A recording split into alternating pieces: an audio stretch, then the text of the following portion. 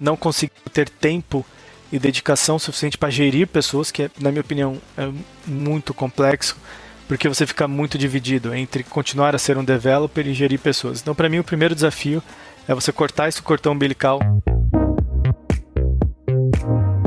Fala pessoal, bem-vindos ao Tudo Pro Alto, e hoje a gente vai conversar aqui com o Thiago Cavalheiro para entender como que é uma carreira de um líder de uma equipe de engenharia, né, de uma equipe de desenvolvimento.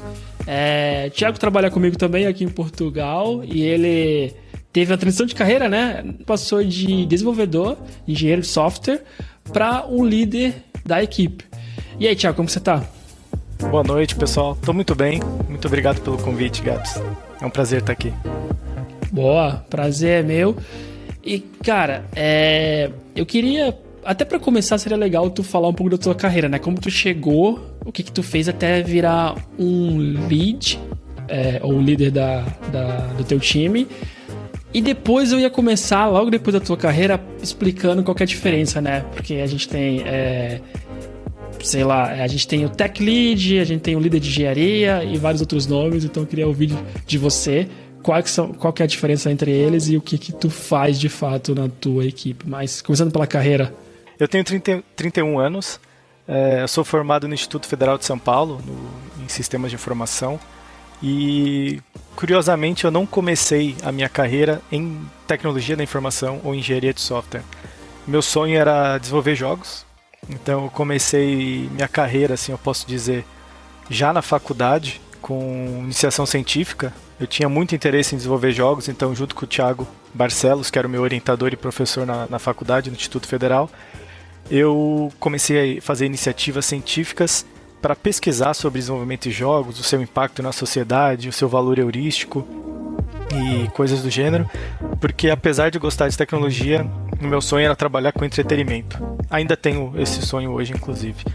E então eu trabalhei um ano, logo depois que eu me formei, eu fiz estágio e também fui efetivado depois, mas num período de um ano.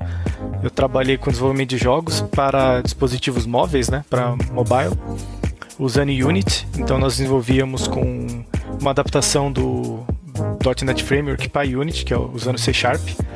E durante esse um ano eu trabalhei com desenvolvimento de jogos. Mas aí depois, por motivos de mercado e algumas desilusões na trajetória profissional no Brasil, que era para essa área de jogos é bem difícil, e infelizmente eu resolvi, não infelizmente ou felizmente, né, depende da interpretação de cada um, resolvi trocar de área e fui para algo que eu já era apaixonado também, que era a minha opção em paralelo, que era engenharia de software. Então eu comecei a trabalhar como engenheiro de software, né?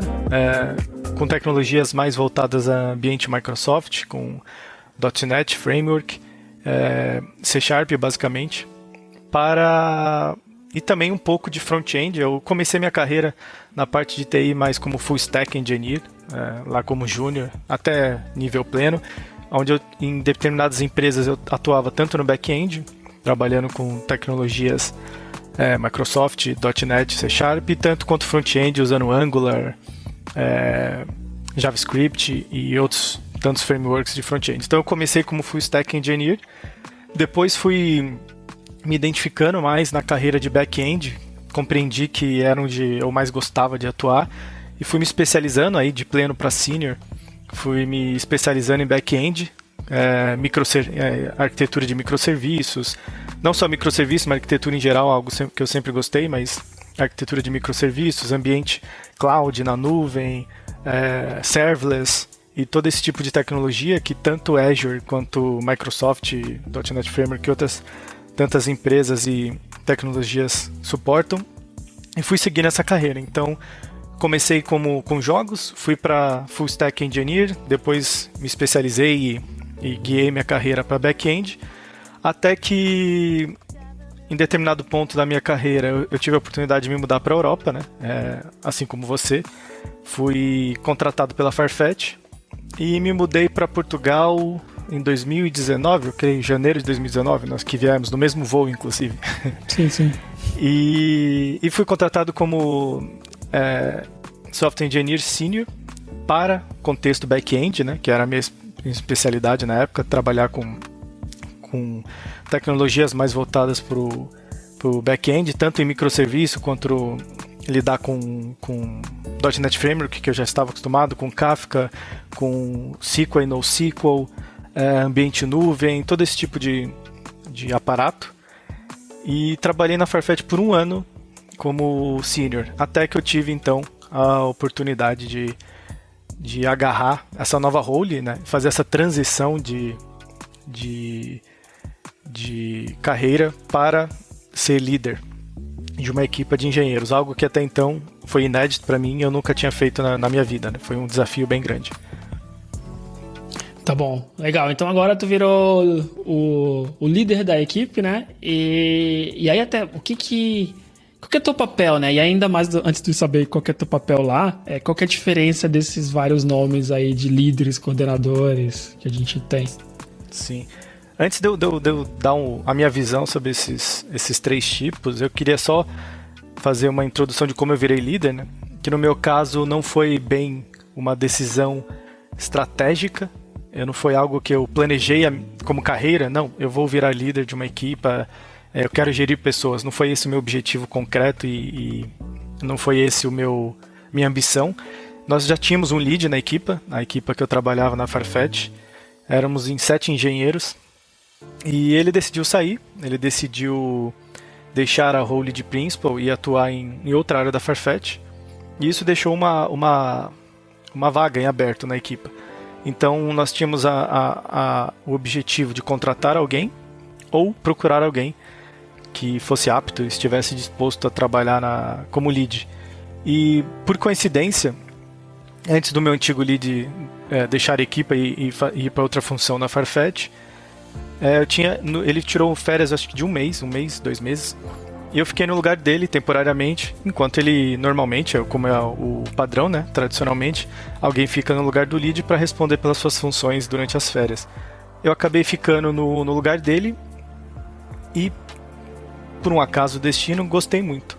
Eu percebi que eu gostava de gerir pessoas, eu gostava de atuar em projetos e roadmap, gostava dos desafios que ser um líder e portar e suportar a missão da equipe trazia, né? Mas eu nunca imaginei que o lead ia sair, que ia surgir essa oportunidade. Então, quando ele decidiu sair, eu falei com o nosso manager na época que eu tinha interesse, que durante as férias do lead eu gostei bastante, fiquei interessado com os desafios, etc., algo que era novo para mim, e pedi uma chance, que eu sei que eu não tinha experiência como líder, que eu ia ser um líder júnior, assim, digamos, que ia ser bem entry level, e eu conversei com o meu manager, ele me deu um feedback de que isso era possível e que nós poderíamos fazer um teste. Eu ia ser obrigado, obviamente, a fazer um treinamento, toda a burocracia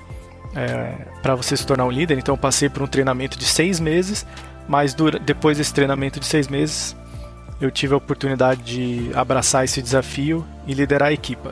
Liderei por 6 meses, foi um período de experimentos, né, de review, assim, com o manager, com a equipe, para saber um termômetro, né, para saber como seriam as coisas. Deu tudo certo, a equipe aprovou, meu manager também gostou, e aí eu comecei de fato a minha carreira como lead. Então eu não diria que foi por uma obra do acaso, mas existiu a oportunidade e eu agarrei e deu tudo certo.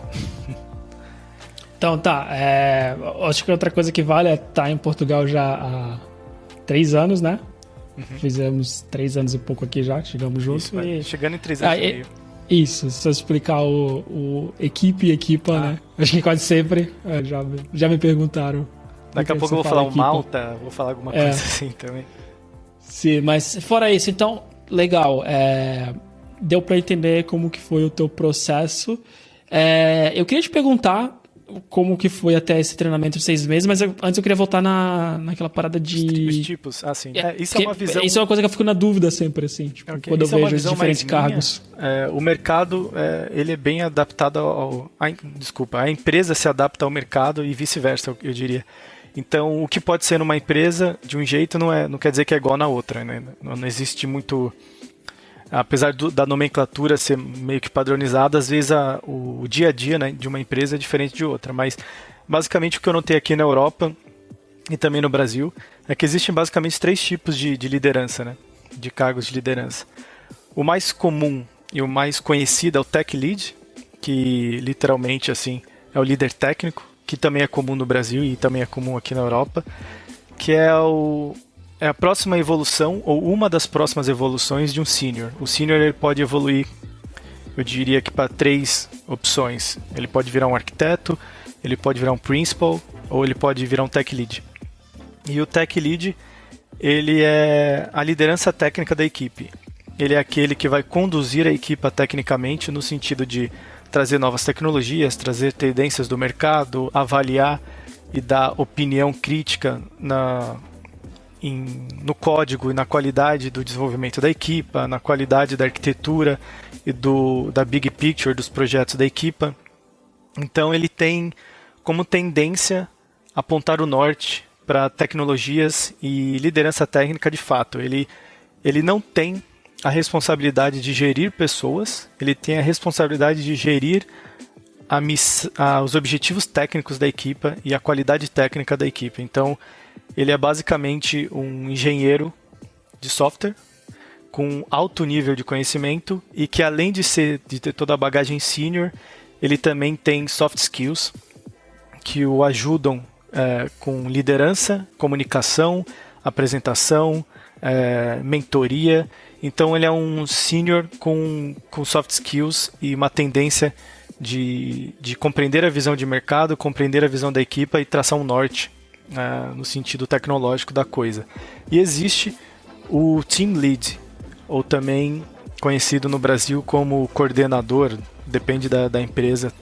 Ele é um líder que tem como objetivo gerir pessoas, então ele deixa a questão técnica, a liderança técnica mais para os seniors, e em alguns casos existe até empresas que têm tech lead e team lead na mesma equipa.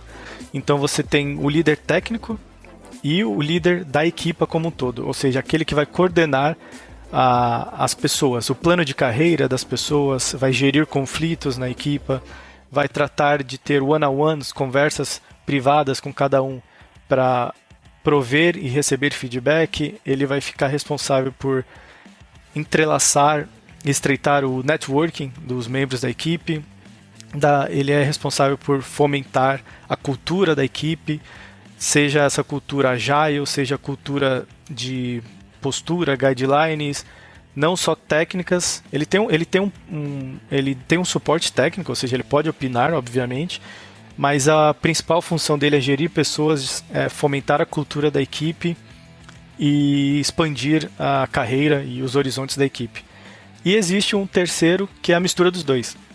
É aquele lead que tem a função de gerir pessoas, fomentar a cultura da equipe e expandir os horizontes da equipe, e ao mesmo tempo tem liderança técnica, dá opinião em arquitetura dos produtos, dá opinião em reviews, em qualidade de código, dá opinião, dá pitaco no desenvolvimento, faz meetings técnicas. Então eu diria que existem esses 3 perfis no mercado hoje: o líder técnico, o coordenador e a mistura dos dois, que seria o que eu sou hoje na Farfetch. A Farfetch tem por padrão, pelo menos a minha experiência na Farfetch, esse mix entre o líder técnico e o gestor de pessoas. Então eu fico 50% ali, só que isso não te tira o poder de tomar decisões no sentido de criar o seu próprio perfil de gestor, a sua própria estratégia de gerir. Então no meu caso, por exemplo, eu tenho como meu braço direito técnico os seniors da minha equipa, então eles são o horizonte, o norte técnico da minha equipe. Então eu me baseio muito nas decisões e no know-how dos seniors, e a parte de gerir pessoas eu consigo fazer com mais propriedade. Então eu delego parte da responsabilidade técnica para os seniors, também obviamente dando suporte, opinando e trabalhando junto, mas confio e delego para os seniors, enquanto que eu posso ter um tempo hábil maior para gerir pessoas, expectativas de carreira, cultura da equipe e todo esse mundo de liderança e gestão, né? Legal, deu para entender. Então, agora acho que tu falou uma coisa legal que foi sobre esse treinamento aí de 6 meses, né? O que tu viu nesse treinamento? Sim, isso é uma coisa que eu elogio bastante, não é querendo puxar saco da Farfetch, mas é uma coisa que eu gostei bastante na Farfetch, que das empresas que eu trabalhei é a que mais se destaca nesse contexto, que é de fornecer treinamento e investir nas pessoas que estão no ambiente da Farfetch. Então, eu nunca tinha tido qualquer tipo de experiência como líder, né? O que eu sabia era de estudo próprio sobre liderança, gerir pessoas, conflito e assim por diante. É mais autodidata, mas experiência mesmo e treinamentos eu nunca tinha feito. E a Farfetch, ela tem um sistema burocrático que eu acho muito válido para liderança, que é um lead trial. Esse lead trial, do que consiste? São 6 meses, basicamente, ou um pouco menos, de treinamentos fornecidos pela própria Farfetch e a sua equipe, a People Team, no qual eles fornecem uma ampla visão do que a Farfetch espera de um líder. Então, desde a parte de soft skills, ou seja, o que é um líder, o que é feedback, o que são conversas difíceis, o que é cultura de equipe, quais são os tipos de gestão que um líder pode ter, liderar por exemplo, liderar por métricas e vários tipos de contextos.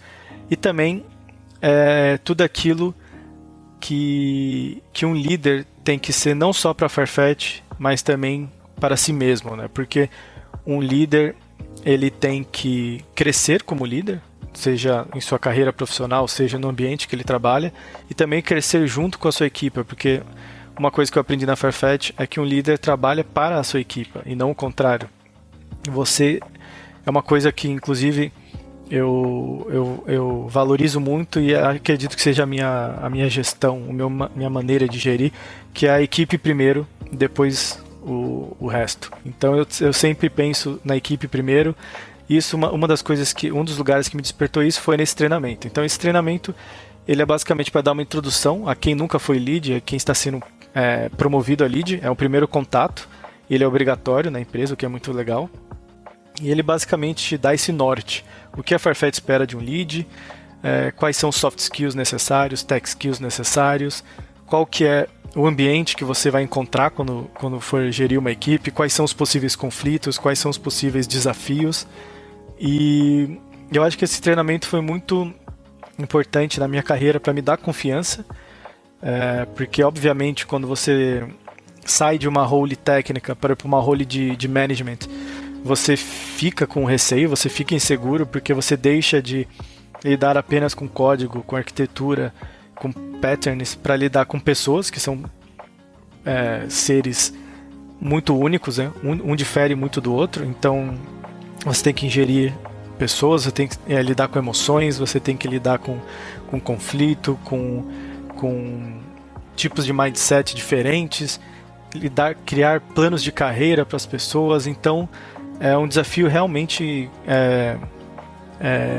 muito diferente de um desafio técnico, é realmente complexo. Então esse treinamento foi muito importante para eu entender o que me esperava, entender qual é o básico, os princípios de um lead, tanto na Farfetch como no contexto geral, e ter todo esse contato com outros aspirantes a leads, outras pessoas que estavam sendo promovidas a leads. Então nós tínhamos interações em grupo, nós dávamos opiniões, nós criávamos... nós tínhamos muito liberdade de iniciativa nesse treinamento, então não era aquela coisa maçante de palestra, workshop, nós tínhamos muita interação em grupo.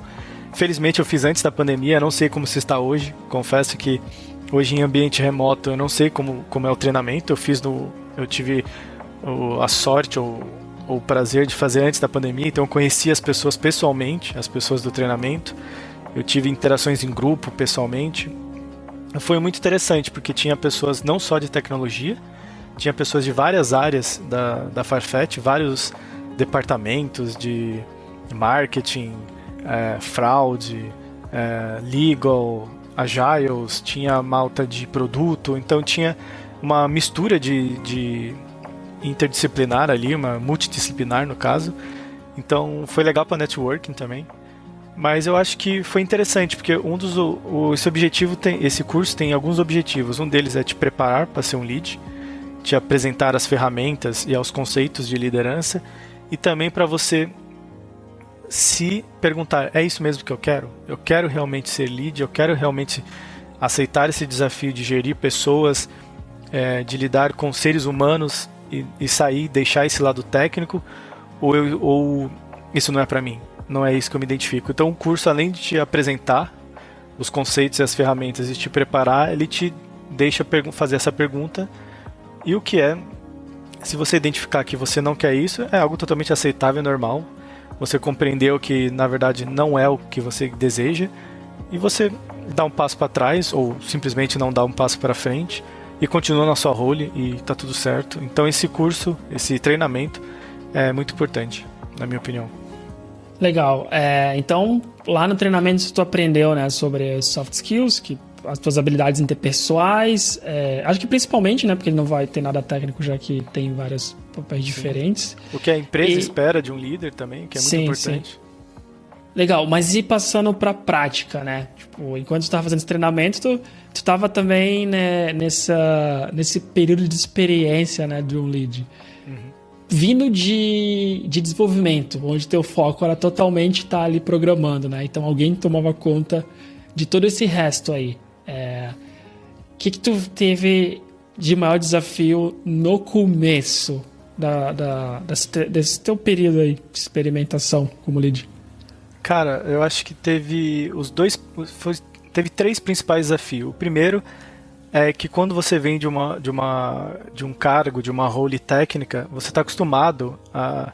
Eu diria que é como se fosse o jogador de futebol e o técnico. O jogador de futebol está acostumado a decidir, a entrar em campo e se sentir como parte daqueles que conseguem realmente atingir o objetivo, fazer o gol, dar suporte à equipa durante o jogo. E o técnico ficar fora, observando, dando orientação e gerindo aquele grupo. Então é um pouco semelhante, porque você está acostumado a pôr a mão na massa, no código, ser aquele que é responsável por criar o produto, seja na sua arquitetura, seja no seu código mais baixo nível até mais alto nível, seja até mesmo dando manutenção e adicionando novas features em algo que já existe, mas você está lá, você está colocando a sua mão naquele produto, você está dando vida a algo e você está pondo em prática conceitos técnicos que você passou a sua vida inteira colocando. Então o primeiro desafio é você compreender que esse cordão umbilical precisa ser cortado e você não é mais um engineer no sentido técnico da coisa. Você não é mais responsável por aquele código, você não é mais responsável por fazer aquele deliver, fazer aquela entrega, fazer aquele deploy. Você não é responsável mais por cuidar daqueles seus filhos, né? Daqueles produtos que você criou. Então isso inclusive é um desafio que muitos leads, na minha visão, ainda pecam, que é mesmo depois de assumir a liderança, continuar, insistir em trabalhar no desenvolvimento. E aí você acaba, na minha opinião, você acaba não conseguindo ter tempo e dedicação suficiente para gerir pessoas, que na minha opinião é muito complexo, porque você fica muito dividido entre continuar a ser um developer e gerir pessoas. Então para mim o primeiro desafio é você cortar esse cordão umbilical, esquecer tudo que você... Não esquecer, obviamente, porque você precisa dessa bagagem técnica para gerir uma equipe de engenheiros, para tomar decisões, para gerir e liderar meetings e assim por diante. Óbvio que você precisa de toda essa bagagem, mas você estar longe do código, talvez para alguém que não seja da área de tecnologia é difícil de entender, mas quando você fica longe do código, você sente saudade, é algo interessante, você tem saudade de pôr a mão no código, desenvolver, de planear uma arquitetura, de ver as coisas funcionando, de ver aquilo que você desenvolveu ir à live, ir para a produção. Então o primeiro desafio é você abrir mão desse perfil e desse comprometimento de developer para ser algo além ou algo diferente. O segundo desafio... Deixa eu só pegar nisso aqui e comentar uma coisa, porque eu também... Numa palestra, né, sobre ser líder que eu assisti, eu não lembro, mas o cara, ele trabalhava na Google e agora eu não lembro o nome.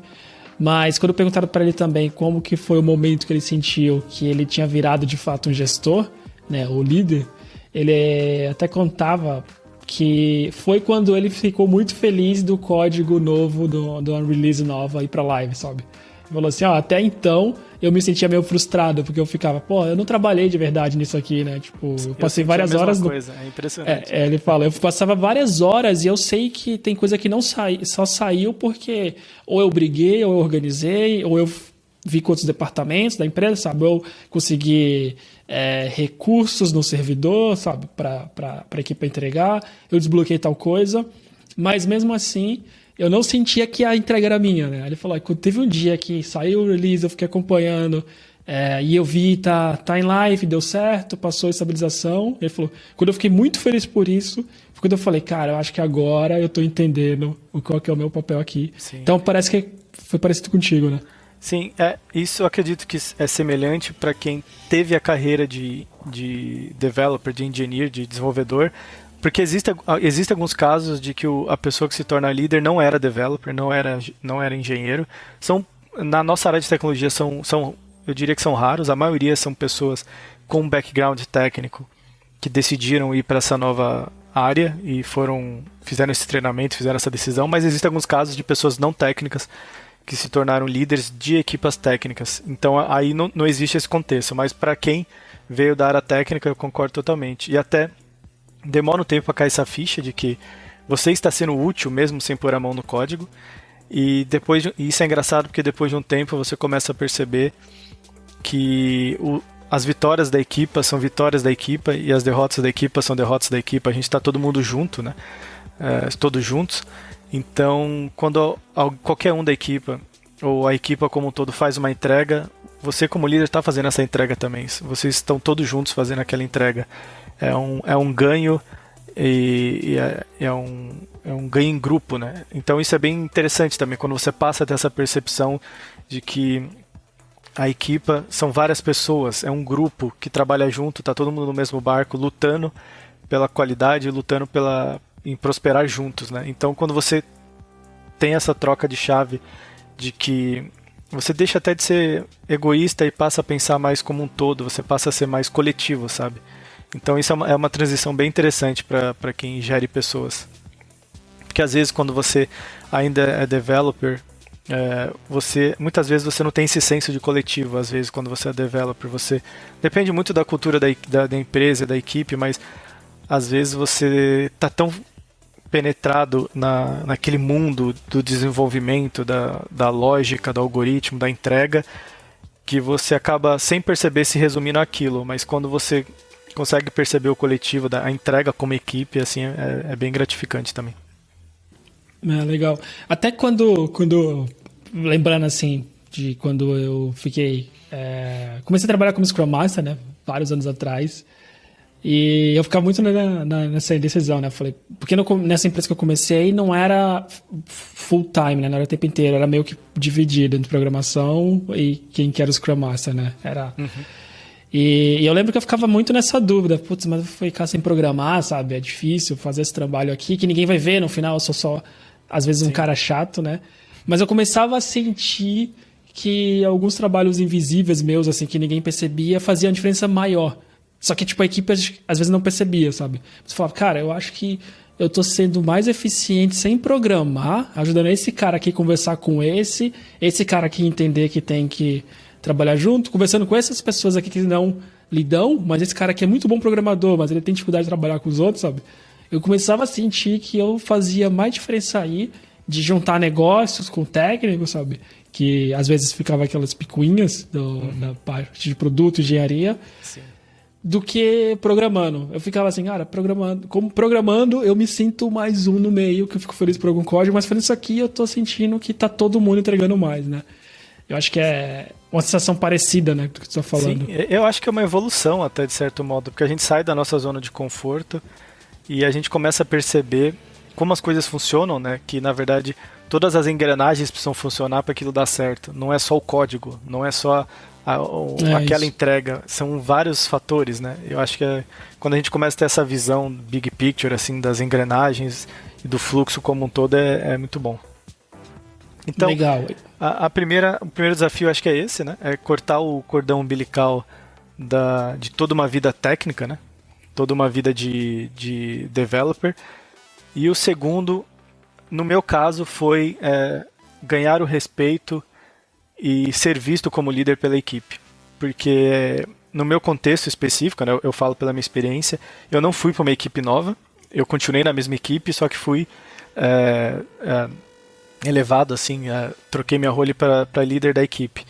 E eu acho que eu me senti inseguro no começo, porque todos ali me conheciam, todos ali eram meus amigos, eram meus companheiros de trabalho, e agora eu ia trocar a minha função naquela equipe, eu ia ter que liderá-los, e eu acredito que um dos meus medos no começo e um dos meus desafios era como é que eu vou ganhar o respeito dessa equipe como líder. Eu acho que não é fraqueza nem nada admitir isso, eu acho que todo mundo em sã consciência, honestamente, passa por isso.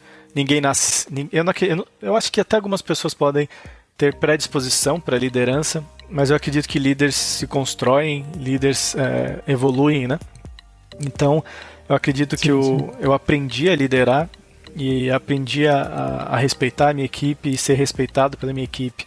Então, eu diria que o segundo desafio foi alguém que nunca liderou, alguém que era um developer junto com os outros developers na equipe, passar a ser líder e ganhar o respeito da equipe, ganhar a confiança da equipe e, acima de tudo, ajudar a equipe, né?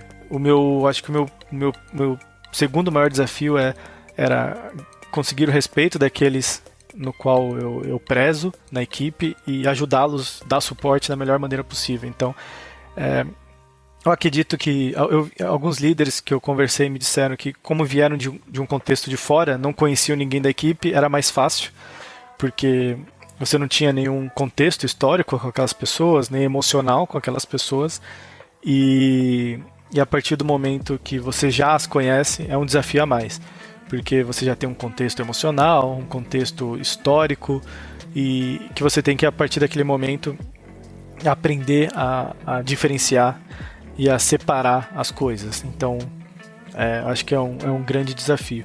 E o terceiro desafio, que eu disse que eram 3, que eu identifiquei, é realmente criar uma cultura para a equipe. Porque eu acho que isso é uma coisa que muitos líderes que eu presenciei não compreendem, mas que uma equipe precisa de uma cultura, uma equipe precisa de um ambiente agradável e de um ambiente propício para a criatividade, propício para a criação, propício para desenvolvimento em si, e isso é com base em flexibilidade, é com base em guidelines criadas e gerenciadas pela própria equipe, você criando oportunidades para que as pessoas conheçam coisa nova, que as pessoas expressem o seu feedback, a sua opinião, e todos trabalhem em conjunto. E a única maneira de você criar essa harmonia, criar esse trabalho em equipe, criar esses objetivos em comum, é criando uma cultura, né? Você fomentando uma cultura dentro da equipe. Então, acho que os 3 desafios que eu vi logo de cara, assim,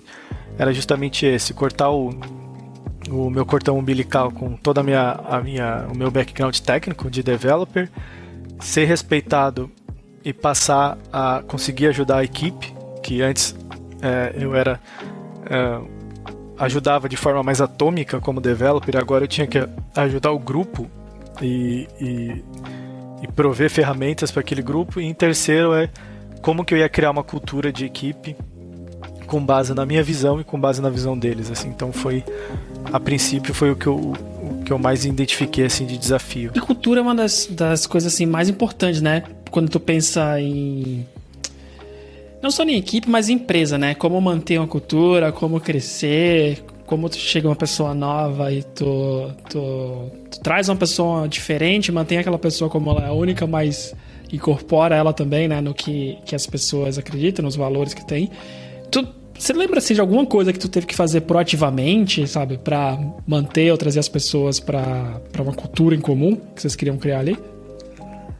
Cara, teve uma coisa que eu não sei se eu inventei, assim, mas que eu tive a predisposição, a proatividade de fazer, que é a minha equipa, com base nas reuniões one-on-ones, nas reuniões individuais que eu tinha, eu notei que muitos ali, obviamente, tinham interesse num plano de carreira a longo prazo. Obviamente que a empresa fornece um plano de carreira, mas quando eu digo objetivos a longo prazo, o que eu vou ser daqui a alguns anos? Eu me tornarei um arquiteto, eu me tornarei um principal engineer, eu me tornarei alguém especializado em produto, eu quero me tornar um lead e assim por diante. Então, alguns elementos da equipe tinham essa dúvida.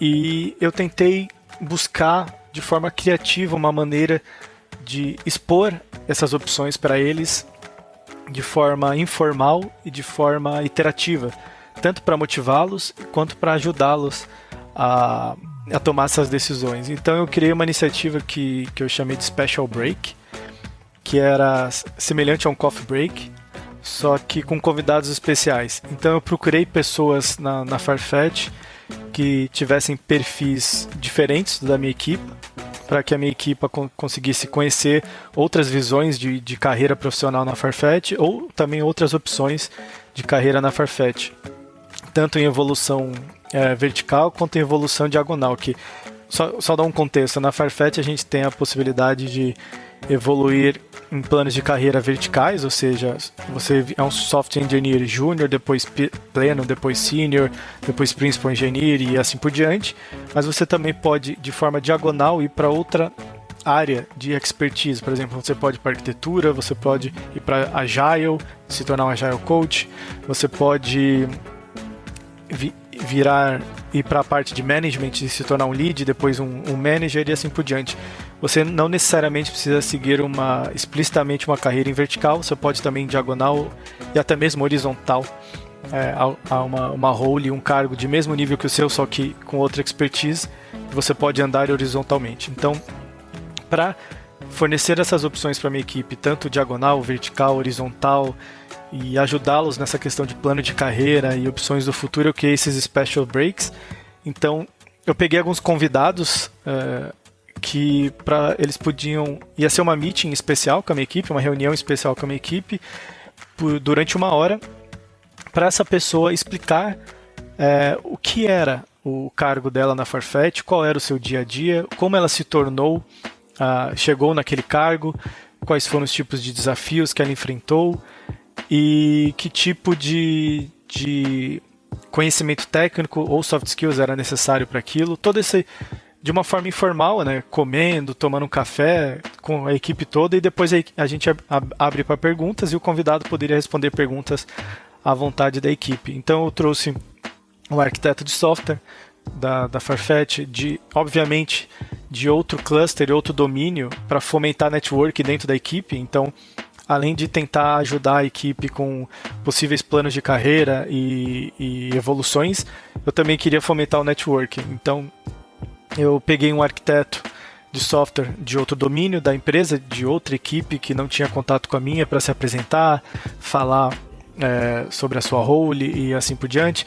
Trouxe um Principal Engineer, que é outra role, de outro domínio, para falar sobre quais eram os seus desafios, o seu dia a dia, o que ele estudou e etc. Trouxe um lead também de outro domínio, porque eu acredito que como cada lead tem a sua estratégia de gestão, o seu estilo Sim. de gestão, eu falei, eu acho interessante trazer outro lead para minha equipe ver que existem outras maneiras de gerir, outras visões na própria empresa. Então eu trouxe outro lead e assim por diante.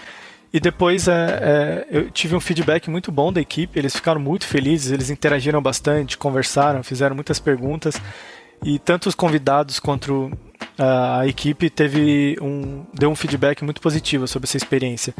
Então, inclusive depois essa experiência chegou até o Cipriano, que é o nosso atual CTO, e ele começou a fazer algo semelhante, no qual você podia reservar um tempo com a sua equipe ou você sozinho com ele para tirar dúvidas e conversar e etc. Então acho que foi muito interessante e eu sou muito a favor disso, de um líder, ele tem que fomentar a cultura na equipe com criatividade, e você não necessariamente precisa pegar um livro e step by step, o que é ser um líder, o que é gerir pessoas, step by step, seguir aquilo.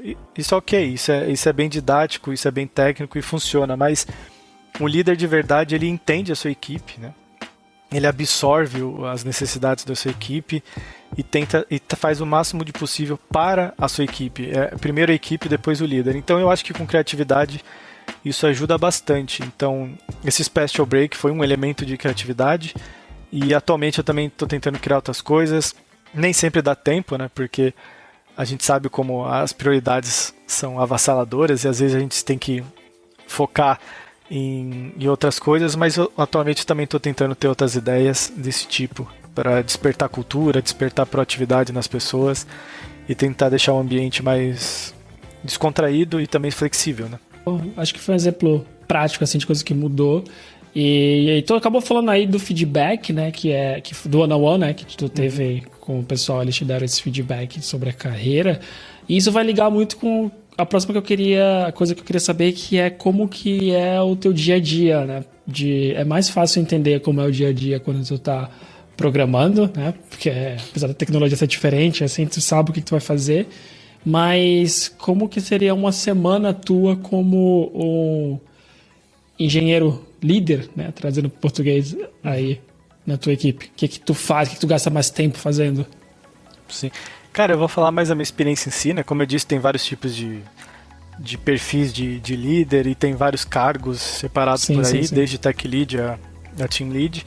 E uma das coisas do dia a dia diferente do líder de engenharia é que ele não tem tasks e tarefas explicitamente criadas, por exemplo, no Jira ou qualquer ferramenta de gerenciamento de atividades e projetos, enfim. Então você não tem lá a sua sprint e as suas atividades de entrega para você fazer o tracking de progresso e ter aquilo bem explicitamente organizado. As entregas são mais abstratas, não são tão concretas.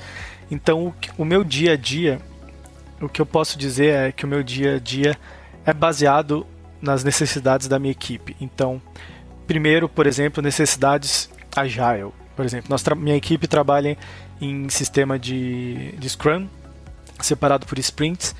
Então, eu tenho necessidades no meu dia a dia de fazer o planning com a equipe. Por exemplo, de segunda-feira, a primeira segunda-feira de uma sprint, nós temos que fazer o planeamento daquilo que vai ser feito durante aquelas 2 semanas. Então, um dos meus objetivos nesse dia em específico é orientar e dar suporte para a equipe do que a gente precisa entregar naquelas 2 semanas. Então eu faço toda a orientação e toda a condução necessária da equipe, liderando a equipe nessa planning do o que nós vamos entregar nessa sprint, qual é a opinião de vocês, quais são as nossas necessidades e quais são as nossas prioridades. Isso, por exemplo, é um dos itens.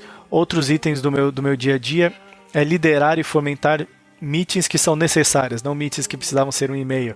Então, eu tento olhar para as necessidades da equipe naquela semana ou naquele dia e organizar reuniões necessárias com as pessoas necessárias para desbloquear itens da equipe, ou seja, se alguém da minha equipe precisa especificar ou compreender melhor alguns requisitos, eu posso ajudar e ir atrás das pessoas necessárias.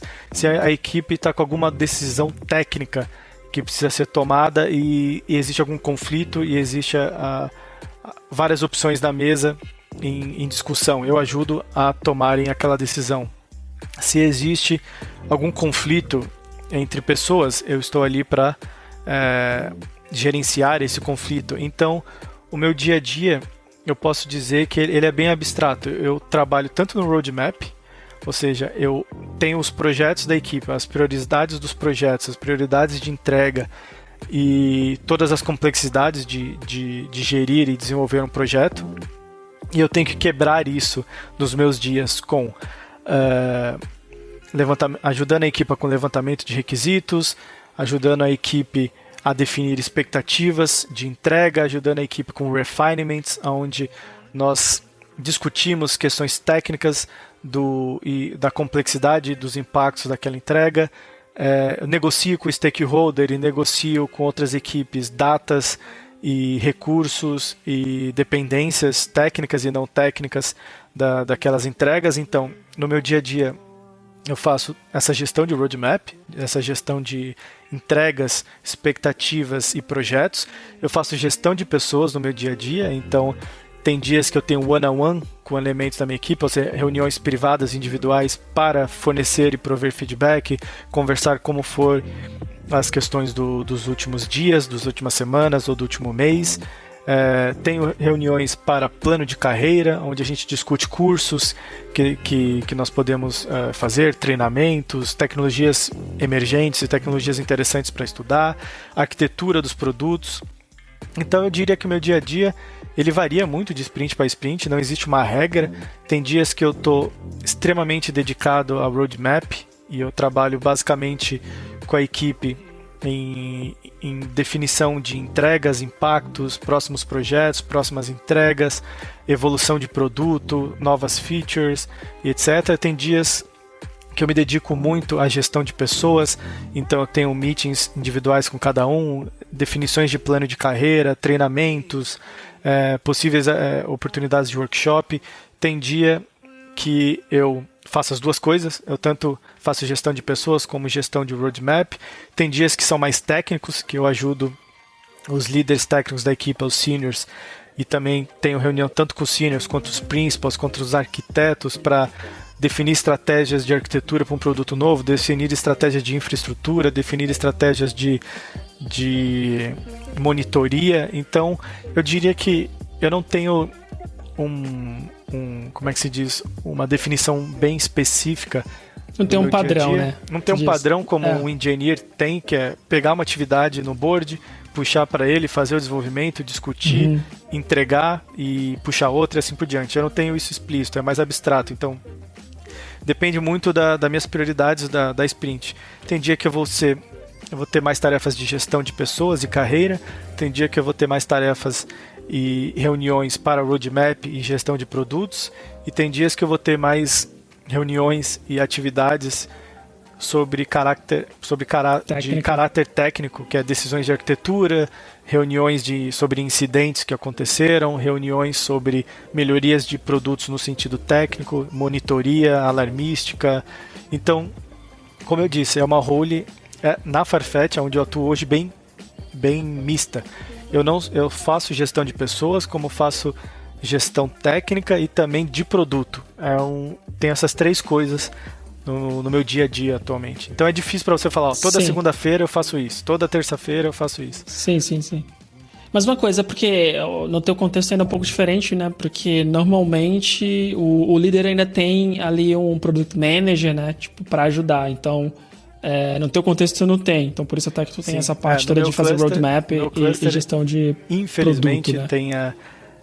Não tem alguém de produto associado ainda. A gente está trabalhando para isso ter. Enquanto não tem essa pessoa de produto, além da gestão técnica da equipe e gestão de pessoas, eu herdo também gestão de roadmap e produtos. Então eu diria que eu tô atuando como líder, mais um pouquinho com algumas coisas de produto, né? Não é a minha função, mas como a gente não está com esse cargo preenchido, eu também, além de ajudar em decisões técnicas, gerir questões técnicas, gerir pessoas e carreiras, eu também tenho que gerir roadmap e produtos atualmente. Então, sim, isso entra muito no que, independente do nome do teu cargo, cada empresa vai ter uma variação, né? E cada área da empresa também pode ter uma variação dependendo da configuração da equipe que tu tem ali, que você trabalha, né? Sim, mas a minha prioridade, eu diria que são as pessoas e auxílio em decisão técnica. A prioridade é essa, mas é impossível, eu acho que até mesmo numa equipe com um Product Manager associado, é impossível um lead não olhar para o roadmap e não olhar para o produto também. Ah, sim.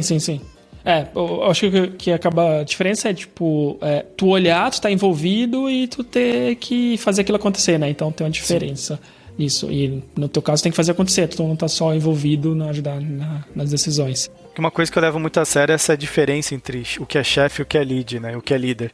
Eu acredito que um líder, ele existe para dar suporte e pensar sempre na equipe primeiro. Então, muita coisa, a maioria das coisas é a equipe que decide. e eu dou suporte para que isso aconteça. Ou apenas planto a semente do... E o que vocês acham disso? E se nós fizéssemos desse jeito? Mas é a equipe que decide, é sempre a equipe que decide. Obviamente, vão existir momentos que a prioridade vem devido ao mercado, a gente tem que ter um time to market agressivo e a gente tem alguma prioridade que sobrepõe as decisões da equipe. Toda empresa acontece isso, nenhum lugar é perfeito. Então esses casos existem, são exceções, mas a ideia é sempre a equipe tomar as decisões. Então sempre abrir para votação, sempre abrir para questionamento, sempre abrir para brainstorm. Então até coisas simples, por exemplo, que a gente está trabalhando em contexto remoto. Então a gente tenta fomentar às vezes encontros sociais. Então que dia a gente vai ao escritório essa semana? A equipe vota. A gente tem que trocar alguma reunião que é semanal de horário. A equipe decide qual vai ser o novo horário, a gente abre para votação. A gente quer mudar a tecnologia ou a arquitetura de um produto. A gente faz uma meeting sobre isso, a gente expõe todos os termos, faz um decision log, abre para discussão, faz refinement, a equipe toma as decisões. Então, eu estou lá para dar suporte à equipe e não simplesmente mandar ou qualquer coisa do gênero. Eu acho que isso já está bem claro no mercado e na mente das pessoas de que não é a maneira melhor e mais saudável de se trabalhar. Quanto tempo já como lead? Desde o comecinho de quando começou essa período de experimentação? Eu acho que eu tô há 2 anos, quase 2 anos e meio como lead já. Fiquei 1 ano como senior e tô indo para 2 anos e meio como lead já na Farfetch. Pô, é um tempinho. Agora imagina que vai ter alguém que vai começar agora, né? Algum desenvolvedor que tá querendo também passar para ser o lead, né? E agora com a tua experiência de 2 anos, mais esses treinamentos, mais as conversas que tu tem com todos os outros leads,